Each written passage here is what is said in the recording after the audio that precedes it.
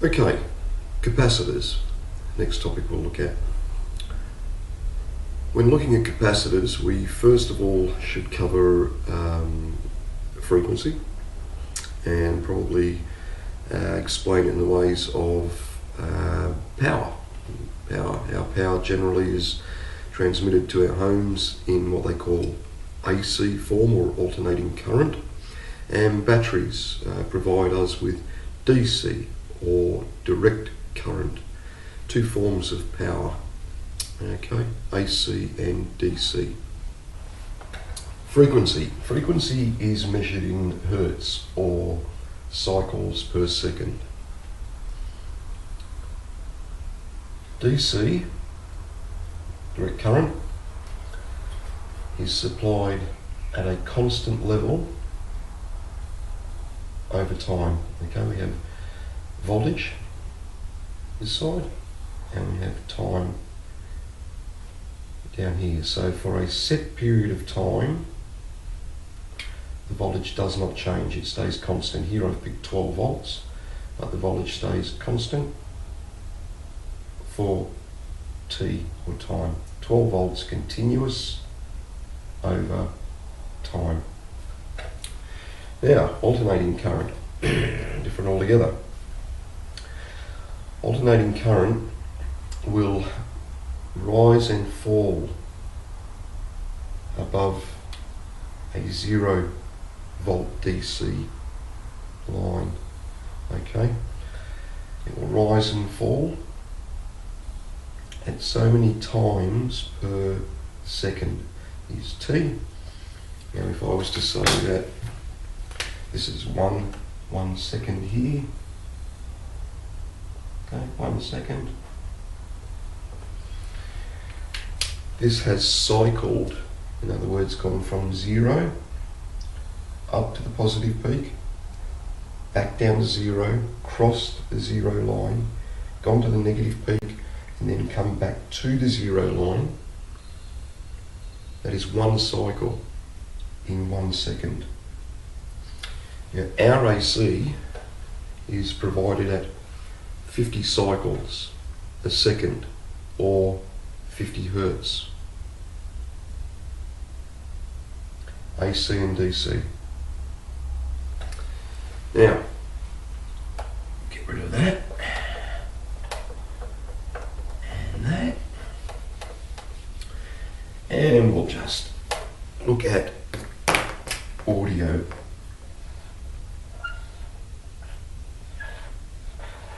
Audio range.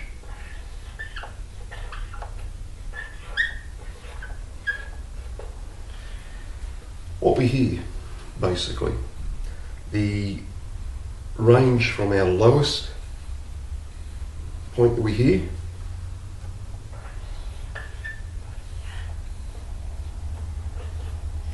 (20 hertz, or 20 times a second), that's our lowest frequency. I think it's actually 16, but 20 is close enough. Up to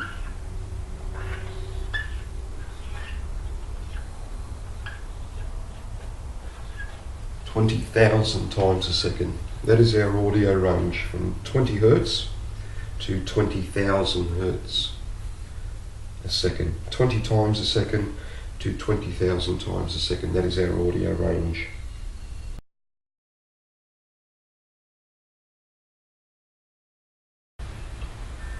Okay, to understand how capacitors work in circuits, we need to look at a little bit of theory and how a capacitor actually charges up.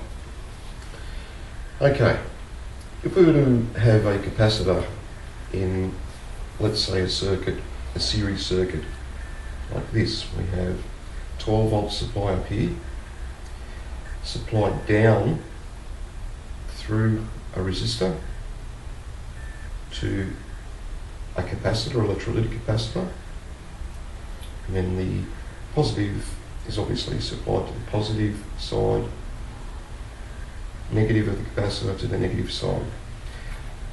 Point A being the charge point, or the voltage we want to look at.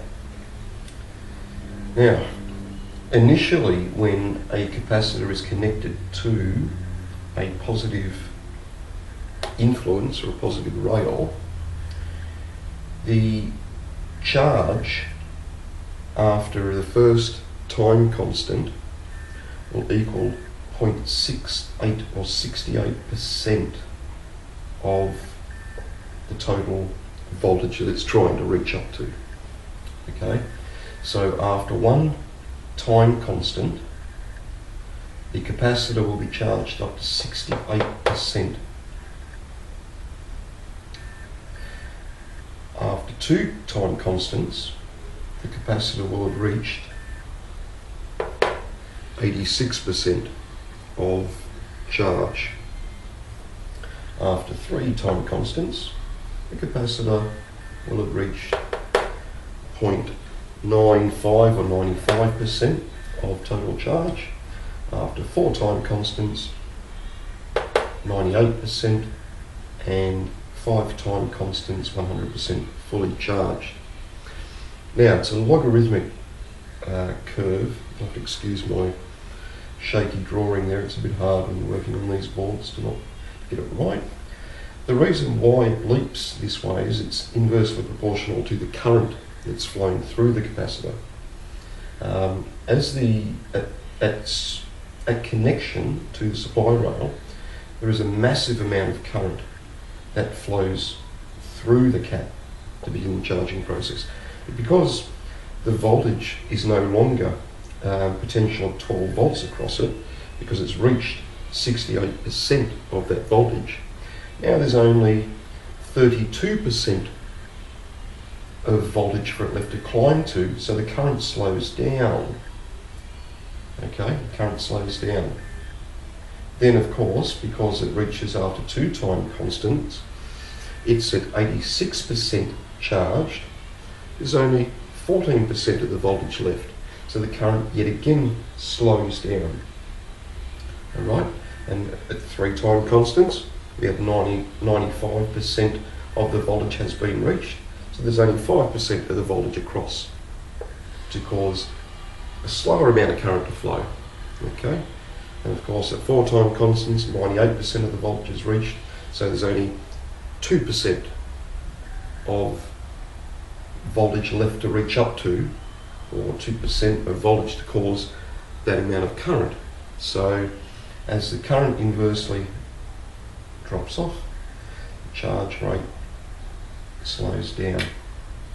So here in the first time constant we reach 68%, then second 86%, third 95%, the fourth time constant 98%, and fifth time constant 100% fully charged. Now, time constant. TC equals RC. Okay, so resistor times capacitor. Let's take this circuit here. If we called R, okay, let's just put a little bit here, R and C. Okay, so our R is 2000 ohms or 2 kilo ohms. Our C is 1000 microfarads.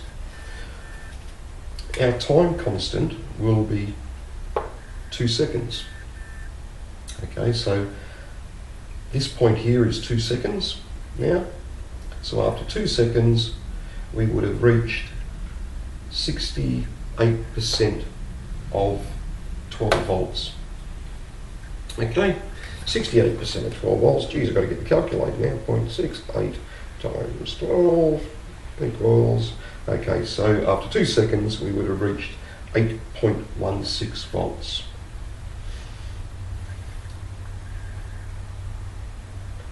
After two time constants, or 4 seconds, we would have reached 10.32 volts. And after 3 time constants, or 6 seconds, we would have reached 11.4 volts. And after 4 time constants, right, 0.98%, we would have reached 11.76 volts. and after 5 time constants we would have reached 12 volts. So you can see that the voltage at this point, at point A, is going to go by equal 2 steps, okay, 2 second steps. It will climb up to 12 volts.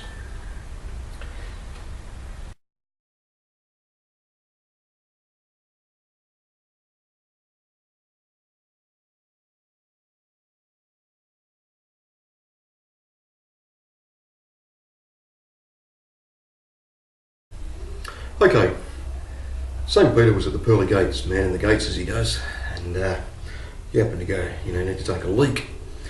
And he saw Jesus walking past. He says, Jesus, hey, come here for a sec, mate. Jesus says, yeah, what is it? He says, listen, I've got to go and take a leak. Can you man the gates for me? Jesus says, sure, no problems. Anyway, he's been there about 5 minutes, and this man asked to come in, an old man. And Jesus says, name? And the old man says, Joseph. He says, occupation? And the old man says, carpenter. Jesus sort of does a double take and looks at him. And he says, by any chance, did you have a son? And the old man says, yes I did. And Jesus gets all emotional, he puts his arms out and he says, Daddy! And the old man turns around and gives him a big hug and says, Pinocchio! Sorry to all you Christians.